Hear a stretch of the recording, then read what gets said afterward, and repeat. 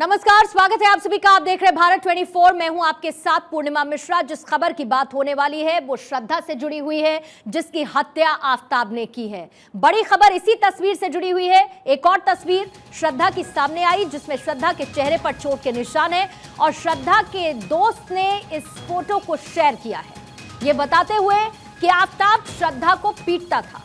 पिटाई के बाद अस्पताल में श्रद्धा भर्ती हुई थी। श्रद्धा के पीठ और रीढ़ की हड्डी में दर्द रहता था।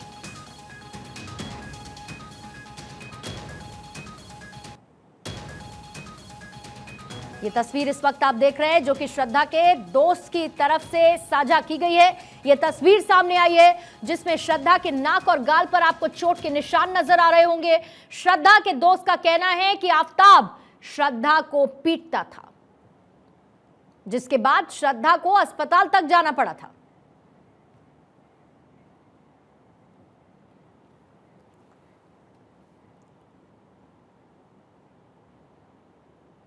तो पुलिस की एक तरफ जांच लगातार जारी है तो दूसरी तरफ आफताब का कबूलनामा और उससे जुड़े खुलासे। क्या कुछ श्रद्धा और आफताब के बीच चल रहा था, ये जानकारी सामने लगातार आ रही है। और इसी बीच में ये तस्वीर सामने आई है, श्रद्धा वाकर की ये तस्वीर जो इस वक्त आप देख रहे हैं, इसमें आपको साफ नजर आ रहा है कि श्रद्धा के चेहरे पर चोट के निशान हैं। न सिर्फ नाक और गाल पर चोट के निशान श्रद्धा के नजर आते हैं, बल्कि सूजी हुई आंख आपको श्रद्धा की इस तस्वीर में नजर आ रही है। ये तस्वीर जो कि श्रद्धा के दोस्त की तरफ से सामने आई है, ये बताते हुए, ये कहते हुए कि आफताब श्रद्धा को पीटता था। श्रद्धा आफताब के साथ उस रिश्ते में परेशान थी और बार बार आफताब की तरफ से ये हिंसक रूप अपनाया जा रहा था। श्रद्धा को वो पीटा करता था और उसके बाद ये तस्वीर सामने आई जिससे साफ पता चलता है कि श्रद्धा के चेहरे पर चोट के निशान हैं। तो श्रद्धा के दोस्त राहुल राय ने खुलासा किया कि साल 2020 में श्रद्धा ने आफताब के खिलाफ एफआईआर दर्ज करवाई थी। आफताब ने उस वक्त श्रद्धा के साथ मारपीट की थी। वो ना बहुत मार खाई तो फ़ोन किया मेरे दोस्त को, फ्रेंड को फ़ोन किए। फ्रेंड ने मेरे को फ़ोन किया तो हम लोग मिले, बाहर मिले। उसको लगा तो पुलिस चौकी को लेके गया, पुलिस 2020 में पुलिस चौकी लेके गया। लेके जाने के बाद में उसको कंप्लेंट लिखवाया, एफआईआर करवाया इनसे। एफआईआर कराने के बाद में तो हॉस्पिटल बोला जाने के लिए, तो हॉस्पिटल एक्चुअली नहीं गई, तो हम लोग घर पे लेके आए उसको। तो दूसरे दिन बुलाया, तो दूसरे दिन बोला आई दूसरे दिन। तो एक्चुअली उसको बोले मेरे को डर है, मुझे जान से मार देगा, वैसा बोलने लगी। एक्चुअली मुझे डर है, इतने 3 से 4 बार मुझे मतलब मारा, मुझे गला दबाने की कोशिश किया और मुझे ये डर है, मुझे मार के भी मेरे को घर में बंद रखता है। उसका एफआईआर भी है उसके अंदर। वो घूमता 2-3 लड़के कांटेक्ट में भी रहता है, मेरे को घर के अंदर मारते रहता है एक्चुअली। और उसके बाद सर ना उसको हम लोग को बोले वो टेंशन नहीं लेना, हम लोग कभी फ़ोन कराया। तो फिर हम लोग एक बार फ़ोन किए एक्चुअली, हम लोग फिर उसके बाद पहुँचे तो मेरे दोस्त ने, गॉडविन मेरा दोस्त थे, उसको हेल्प मांगी उससे। तो उससे बात हुआ तो उसने बोली नहीं ऐसा होते रहता। उसके बाद में वो हम लोग को कॉन्टेक्ट में अभी तक आई नहीं। तो श्रद्धा का इलाज करने वाले डॉक्टर का यह कहना है कि जब उसे वसई के हॉस्पिटल में एडमिट करवाया गया था तब उसकी गर्दन और पीठ में दर्द था, जिसका 3 दिन तक इलाज किया गया था। श्रद्धा यहाँ पे 3 दिसंबर 2020 को एडमिट हुई थी। वो एक्चुअली नेक पेन और बैक पेन करके आई थी। उसको उसकी वजह से चलने में, उठने बैठने में और गर्दन की मूवमेंट करने में मुश्किल हो रही थी। फिर जब हमने उसका ट्रीटमेंट चालू किया, ऑर्थोपेडिशियन डॉक्टर से मिलकर उसका ट्रीटमेंट चालू किया, उसको फिजियोथेरेपी चालू किया, तो 2-3 दिन बाद उसका पेन अच्छे से सबसाइड हुआ, उसके मूवमेंट्स इंप्रूव हो गए। फिर हमने उसको डिस्चार्ज किया। श्रद्धा हत्याकांड में जांच तेज होती जा रही है और आफताब को लेकर गुरुग्राम पहुंच चुकी है पुलिस। गुरुग्राम के डीएलएफ साइबर सिटी इस वक्त पहुंची है पुलिस।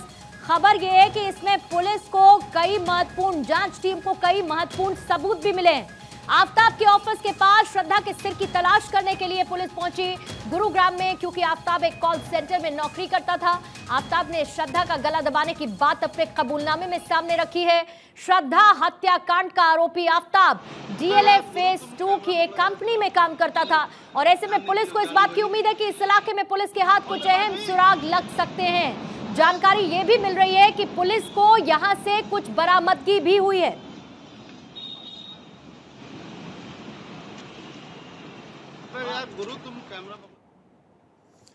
तो देखिए इसी बीच में लगातार जांच तेज की जा रही है, झूठ से पर्दा उठता जा रहा है, कहीं कहीं पर आफ्ताब खुद फंसता जा रहा है क्योंकि श्रद्धा गायब हो गई, श्रद्धा कहीं छोड़कर चली गई।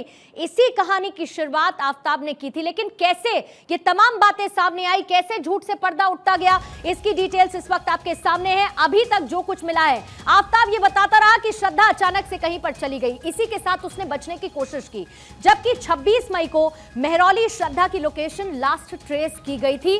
जब इस मामले की खबर सामने आई, जब माता पिता ने श्रद्धा को ढूंढने की कोशिश की और पुलिस को जानकारी दी, श्रद्धा के अकाउंट के मोबाइल ऐप से ट्रांसफर 54,000 रुपए हुए और यहीं से आफ्ताब फंसने लगा। 31 मई को भी मेहरौली में ही इंस्टाग्राम से चैट की गई। ये सब कुछ एक तरीके का कवर अप था जो आफ्ताब की तरफ से किया जा रहा था, लेकिन यही कवर अप अब आफ्ताब को फंसा रहा है। क्रेडिट कार्ड के भुगतान के दौरान मेहरौली लोकेशन मिली थी, क्रेडिट कार्ड का जो इस्तेमाल हुआ वो मेहरौली में हुआ था, ये भी ट्रेस किया गया और इसी के साथ धीरे धीरे झूठ से पर्दा उठता गया, जो कि पुलिस को जांच में अब मदद कर रहा है।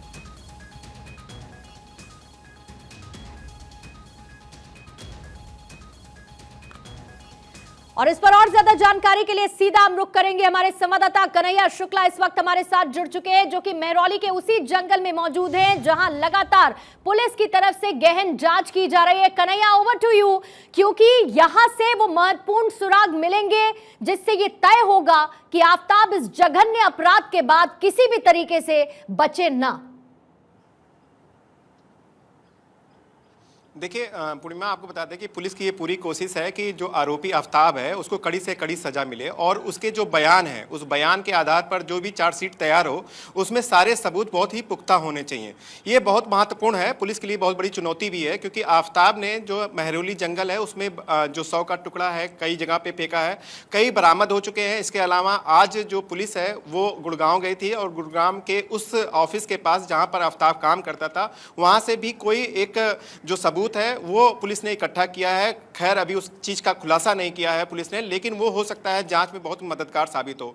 इसके अलावा सबसे अहम जानकारी ये है कि इस हत्या की घटना को देने के बाद आफ्ताब देहरादून गया था, जहां पर उसने वहां पर भी शायद हो सकता है कोई 100 का टुकड़ा फेंका हो या जो इस्तेमाल की गई आरी हो वो वहां पर फेंकी गई हो। उसका मिलना बहुत जरूरी है पुलिस को, बिना उसके आधार पर पुलिस एक बढ़िया चार्जशीट नहीं तैयार कर सकती है, क्योंकि जो हथियार है वो जरूरी होता है कोर्ट के सामने समक्ष करना, उसको पेश करना।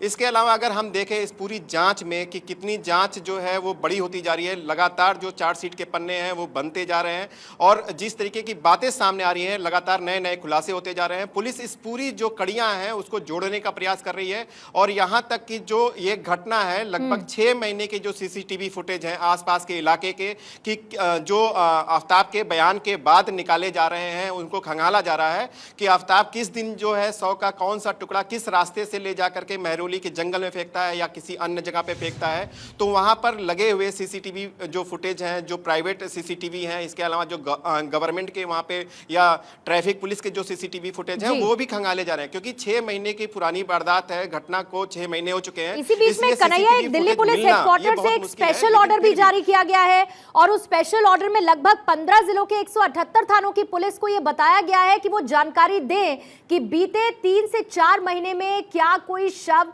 या उससे जुड़े टुकड़े बरामद हुए, उसका रिजल्ट क्या आया, उसकी डिटेल्स भी खंगाल रही है पुलिस की मदद से। बिल्कुल पूर्णिमा, अगर देखा जाए तो इस घटना के बाद जो आफ्ताब के बयान हैं जहां जहां वो गया था, चाहे वो हिमाचल प्रदेश की बात करें, चाहे उत्तराखंड की बात करें, चाहे दिल्ली के सभी थानों की बात करें, सभी जगह एक सर्कुलर जारी किया गया है कि इस तरीके से अगर मानव अंग कहीं पे मिला हुआ किसी को मिला है या पुलिस में कोई मामला इस तरीके से दर्ज हुआ है तो उसकी जो DNA रिपोर्ट आई हो या उसकी जो जाँच हुई हो उसको साझा किया जाए। क्योंकि अभी भी अगर देखा जाए तो जो श्रद्धा है उसके शरीर के लगभग 25 पार्ट ही मिले हैं, 10 पार्ट अभी भी है और जो भी बहुत ही महत्वपूर्ण है, अभी जो श्रद्धा का जो सर है वो नहीं मिला है जिससे उसकी पहचान की जा सकती है। तो निश्चित रूप से जो पुलिस है वो लगातार प्रयास कर रही है। अलग अलग राज्यों में खबरें कन्हैया इस तरीके की भी आई थी, क्योंकि आफ्ताब ने जिस तरीके की प्लानिंग की उसने सिर का जो हिस्सा है, जो टुकड़ा है, उसे पूरी तरीके से खराब भी करने की कोशिश की ताकि उसकी पहचान ना हो सके और उसके बूते वो जांच की जद में ना पाए, किसी तरीके से पकड़ा ना जाए। बहुत बहुत शुक्रिया कन्हैया पूरी जानकारी के लिए। इस खबर पर आप नजर बनाए रखिएगा, अपडेट आपसे लेते रहेंगे।